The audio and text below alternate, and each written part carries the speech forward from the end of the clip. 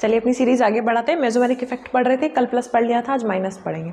Basic जानकारी के लिए देख लो, अब तुम यहाँ पे ज़्यादा दिमाग मत लगाना। अब इन तीनों में देख लो, ऑक्सीजन, नाइट्रोजन और कार्बन, ये इलेक्ट्रॉन नेगेटिविटी का सीक्वेंस होता है अपना, ठीक है।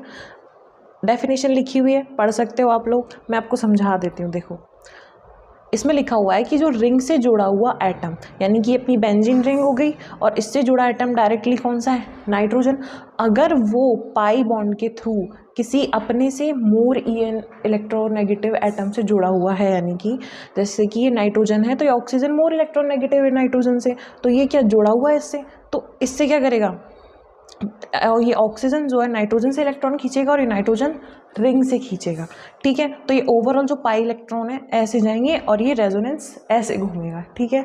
यहाँ पे याद रखने वाली बात ये है, अब आप सोचोगे कि ऑक्सीजन के पास तो लोन पेयर होते हैं, प्लस एम इफेक्ट में पढ़ा था कि वो डोनेट करता है।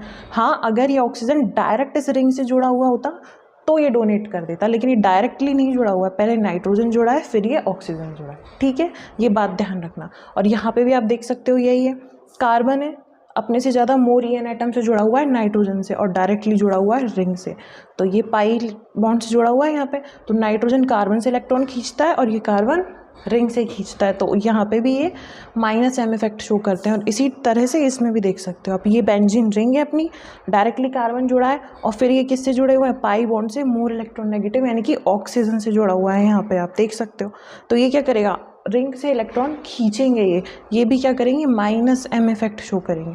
अब आप नोट करके ये दो बातें लिख लीजिए, जो माइनस एम इफेक्ट होता है ऑर्थो और पैरा पोजीशन, ओ से यानी कि ऑर्थो और पी से यानी कि पैरा पोजीशन पर लगता है और इलेक्ट्रॉन डेंसिटी को कम करता है। नेक्स्ट वीडियो में आपको बताऊंगी इसके एग्जांपल सॉल्व करके ये चीज़ें क्या हैं और कुछ एक्सेप्शन हैं इसके, वो भी बताऊंगी और इनकी रेजोनेंस स्ट्रक्चर भी बताऊंगी। तब तक के लिए स्टे ट्यून्ड, बाय।